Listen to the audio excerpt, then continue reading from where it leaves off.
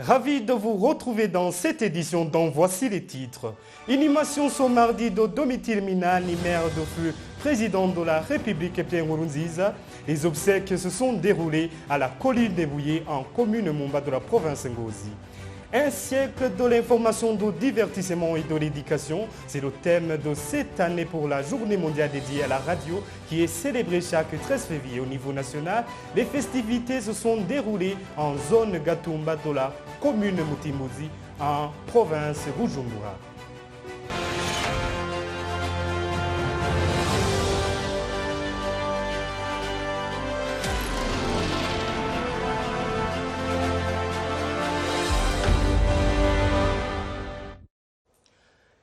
Inhumation ce mardi de feu Domitille Minani, maire de feu, chef de l'État Pierre Nkurunziza. Les obsèques se sont déroulées à la colline Bouillé en commune Mumba de la province Ngozi, rehaussée par la présence des hauts dignitaires du pays, à commencer par le président de la République, Évariste Ndayishimiye. Le point avec Jean Nepomsen Irambona.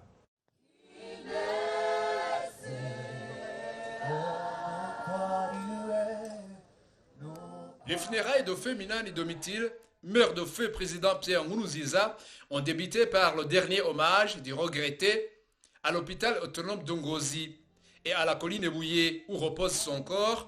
Plusieurs cadres du gouvernement avaient participé à ce rituel, à commencer par le chef de l'État et son épouse, le président de la Chambre basse du Parlement, le Premier ministre, le secrétaire général du parti au pouvoir, CNDD-FDD et autres. Selon un témoignage de l'honorable Joséphine Nyiraneza, fille de la regrettée disparue, Minani Domitille a traversé des moments douloureux, mais elle est parvenue à les affronter. Elle parle ici de la crise de 1972 qui a laissé sa mère dans une situation de veuvage et dès lors, ils ont mené une vie difficile. Pourtant, la brave mère n'a jamais reculé face à cette épreuve, selon toujours ce témoignage. Très maladive, raconte toujours honorable Nyiraneza, sa mère n'a jamais perdu la morale au milieu de ses enfants. Elle faisait plutôt de son mieux pour le réconforter en accomplissant surtout ses responsabilités d'un parent malgré les difficultés. Pasteur Denise Nkurunziza, la belle-fille de la regrettée disparue, se souvient quant à elle de la belle-mère comme une personne sociable et posée. Dans sa modestie, elle est intervenue même dans des moments difficiles que vivait la famille de son fils quand ce dernier avait rejoint les autres sur le front. La couleur blanche dominait parmi les participants à cet événement. Et dans un environnement très calme et apaisé, le dépôt des fleurs à la tombe s'en est suivi, à commencer par pasteur Denise Nkurunziza et honorable Joséphine Nyiraneza, et ensuite le couple présidentiel, le secrétaire général du parti CNDD-FDD et autres. Après les obsèques, la famille aura procédé immédiatement à la levée de deuil partielle en présence de certains membres du gouvernement. Minani Domitille est décédé à 85 ans. Dieu et son âme.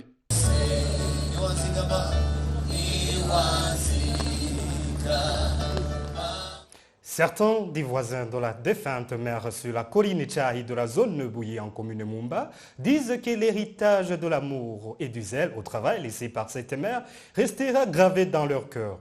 Ils font savoir qu'elle n'a pas désespéré une valeur qui doit caractériser les autres. Je vous propose de les suivre. Elle nous a laissé un bon héritage. Elle était généreuse, travailleuse, ouverte à tout le monde. Elle n'ignorait personne et aimait dialoguer tout en prodiguant des conseils. Au champ, elle travaillait vraiment avec assiduité. Je me souviens qu'elle employait des autres gens dans les champs et les impressionnait beaucoup grâce à son courage. Le moment de la récolte, toutes les personnes qui passaient près pouvaient en bénéficier. Je me souviens d'elle, surtout quand elle avait perdu son mari. Elle n'a jamais perdu courage de travailler pour faire survivre les enfants. Elle est restée ouverte aux autres gens malgré les dures circonstances. C'est vrai, elle se dirigeait souvent dans les champs qui n'étaient même pas facilement accessibles. Lors de la récolte du maïs ou des haricots, elle pouvait penser aux personnes démunies. et leur donnait une petite quantité. Ce que je me souviens d'elle, elle était de bon cœur, généreuse. Nous l'aimions beaucoup car elle se souciait des autres. Vraiment, elle travaillait beaucoup. Elle pouvait monter cette pente pour parvenir ici à Abouye, portant sur sa tête une grande quantité de récoltes. Je me souviens qu'elle était de bon cœur, qui aimait les autres. Vraiment, je n'ai pas d'autre mot à dire. Elle était notre parent bien-aimé et qui nous aimait aussi. Elle était vraiment exemplaire. C'est vrai que perdre son conjoint arrive à tout le monde. Mais pour elle, contrairement à certaines autres veuves qui semblent être dépassées, elle a gardé son sang-froid. Elle a pris soin des enfants, même s'il suffisait de faire un long voyage afin de trouver quoi nourrir ses enfants jusqu'à la maturité.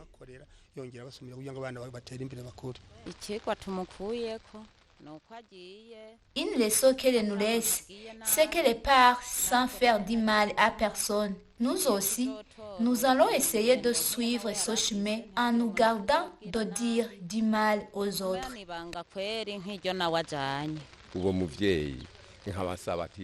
Vraiment, que Dieu ait son âme. Elle a fait beaucoup de choses pour nous. Elle a mis au monde un fils, Pierre Nkurunziza, qui est devenu un homme rassembleur qui redresse le pays jusqu'à même être héros. Que Dieu les accueille tous deux dans son royaume, espérant qu'un jour nous allons nous voir dans le royaume des cieux. Poursuivons notre journal par la page communication. Un siècle de l'information et de divertissement et de l'éducation, c'est le thème de cette année pour la journée mondiale dédiée à la radio qui est célébrée chaque 13 février. Au niveau national, les festivités se sont déroulées en zone Gatumba de la commune Mutimbuzi, en province Bujumbura. La population de la ville de Ngozi a dit que cette journée a une grande importance dans le développement. Suivez-la.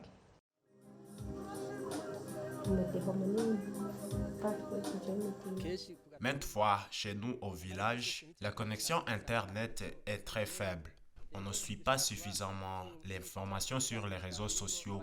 Si nous voulons suivre des nouvelles, nous utilisons la radio pour savoir plus. Le moment du journal, nous approchons près de la radio, ce qui veut dire que la radio est un outil important pour nous informer. En suivant les productions radio, que ce soit les émissions ou les journaux, nous apprenons beaucoup de choses. En ce qui est du développement, les émissions que nous suivons nous encouragent tous les jours.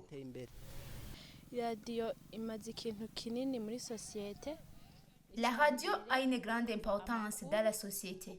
Nous suivons les journaux à travers la radio. On connaît ce qui est à la une. À travers la radio, on écoute les publicités et on sait où on peut acheter les marchandises. Au ministère de la Santé, par exemple, quand tu devais recruter ou octroyer quelque chose, le communiqué passe à la radio. Vous comprenez que la radio a une grande importance. Même celui qui est à la maison doit savoir ce qui se passe dans le pays.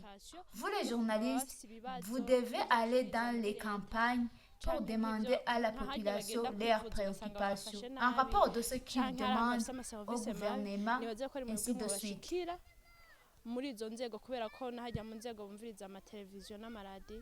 kuvuga nk'ubu turishimye cyane kuba amaradiyo yarahabaye kuko kera bamenya amakuru bakoresheje ubukete. Auparavant, pour avoir l'information, on utilisait les lettres. Pour le moment, nous recevons l'information à travers la radio, la TV, les réseaux sociaux et à travers la presse écrite. On ne peut pas se fier aux réseaux sociaux parce que les réseaux sociaux déroutent parfois les jeunes. Sur les réseaux sociaux, on diffuse des informations non vérifiées parfois les informations fausses. Mais à la radio, on diffuse des émissions, les journaux vérifiés.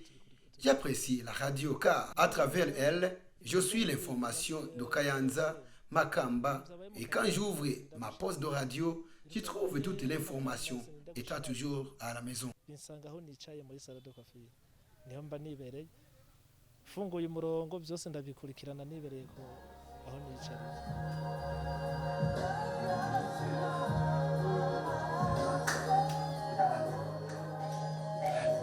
Même les journalistes des radios indiquent que cette journée arrive au moment où il y a les défis qui hantent ce secteur, entre autres les journalistes qui n'ont pas de formation suffisante, ainsi que ceux qui reçoivent le salaire insuffisant. Suivez-les.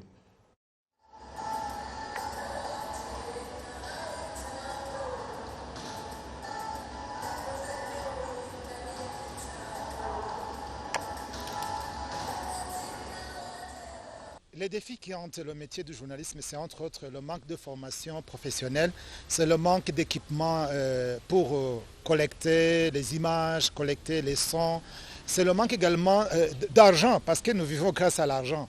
Et un autre défi, ce sont des punitions qui étaient infligées à des journalistes à l'époque, maintenant que ça vient d'être abrogé, c'est bon. Et des défis sont nombreux, mais les grands défis qui hantent le journalisme, pour l'instant, ce sont le manque de salaires suffisants, le manque de matériel, le manque d'équipement pour pouvoir bien travailler et le manque aussi de formation en cours d'emploi parce que c'est très nécessaire d'être formé en cours d'emploi pour pouvoir rehausser le niveau de travail, pour pouvoir travailler plus qu'avant. Nous proposons aux responsables des médias de pousser plus loin et de chercher des financements pour qu'on puisse avoir un peu de salaire, un salaire plus ou moins élevé, puisqu'un journaliste burundais qui touche moins de $100, vous comprenez qu'il ne peut pas survivre. Alors, le meilleur journaliste, c'est celui qui est vivant.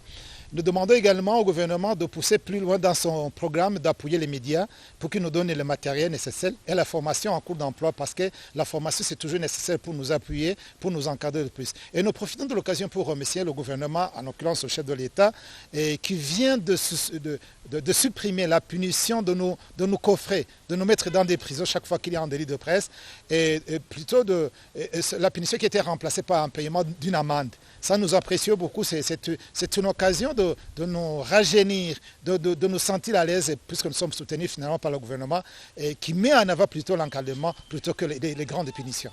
Cette journée va s'annoncer pendant que le Conseil national de la communication dénombre déjà 260 médias établis sur le sol burundais. Ce qui veut dire que le nombre de journalistes a sensiblement augmenté comparativement aux années 1980, mais un peu avant où le Burundi n'avait qu'un seul médium, je veux dire la radio nationale, mais au fil des années, le nombre des médias a augmenté.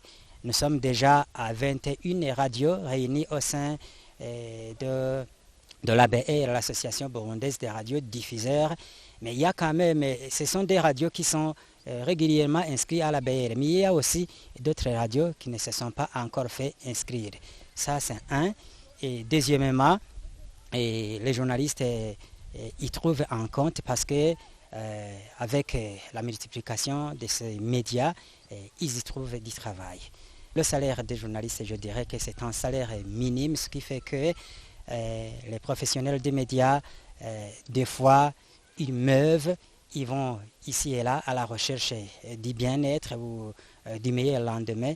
Ce qui fait que quand il y a une opportunité qui s'offre, vous entendez des fois des journalistes qui essaient d'aller ici et là à la recherche justement d'un lendemain meilleur par rapport au salaire qu'ils ont au niveau du métier.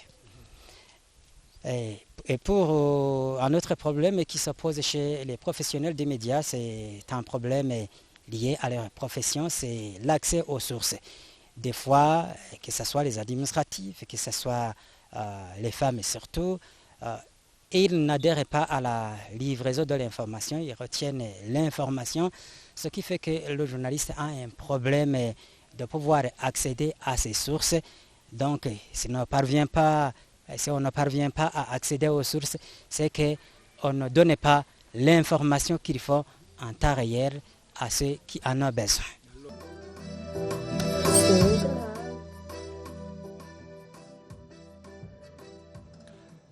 Une aide de 120 tonnes des engrais minéraux a été donnée aux vulnérables de 10 collines de 5 communes de la province Ngozi dans le cadre du projet Mirangabandi ce lundi 12 février au stade de Kugasaka se trouvant dans la ville de Ngozi. Jacqueline Kezeman.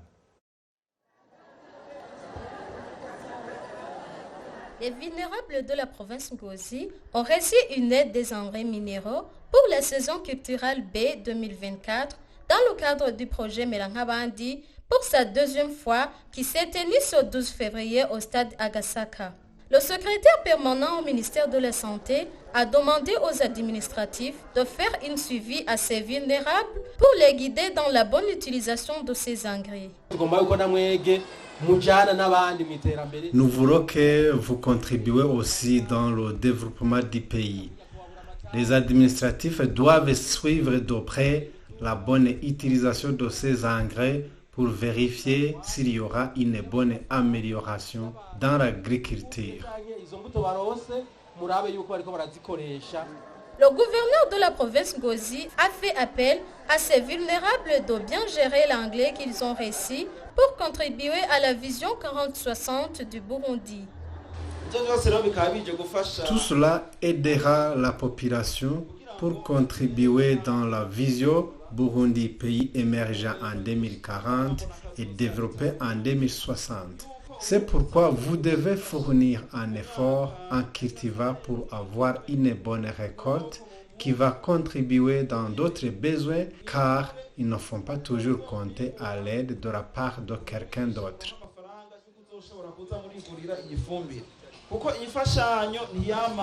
Ceux qui ont reçu de cette aide ont remercié de ce projet Melangabandi parce qu'il va contribuer dans leur développement familial et social, vu que cette fois-ci, ils vont pratiquer l'agriculture avec l'engrais qu'ils ont reçu. Les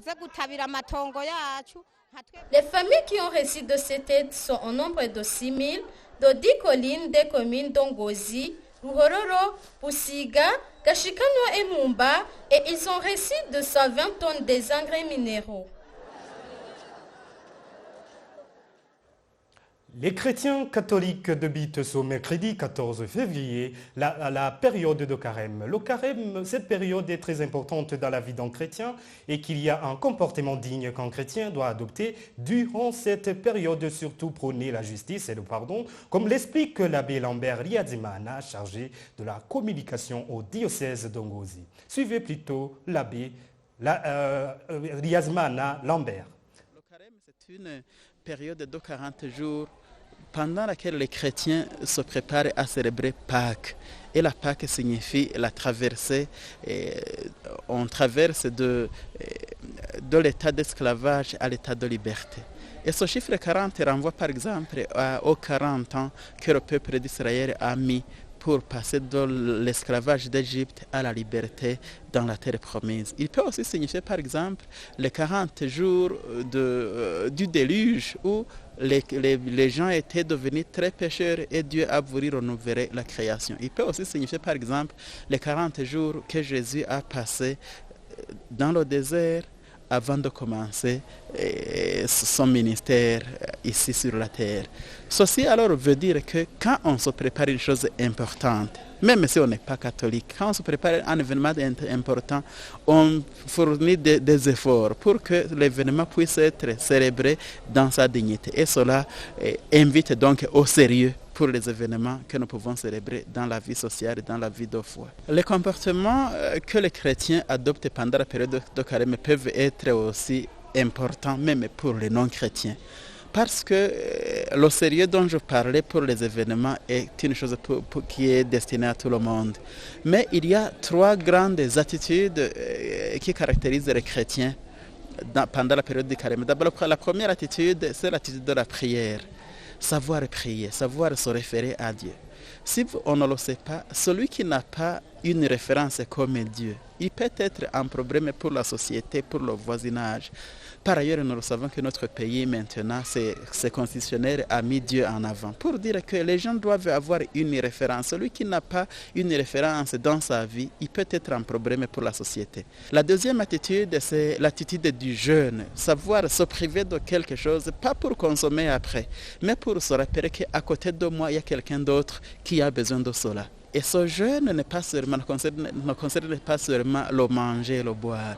On peut aussi jeûner des attitudes et des comportements qui nuisent au bon voisinage, en disant « je vais fournir un effort pour ne pas provoquer des problèmes dans mon entourage ». Ça aussi, c'est un jeûne qui n'est pas de la nourriture et qui n'est pas aussi des boissons.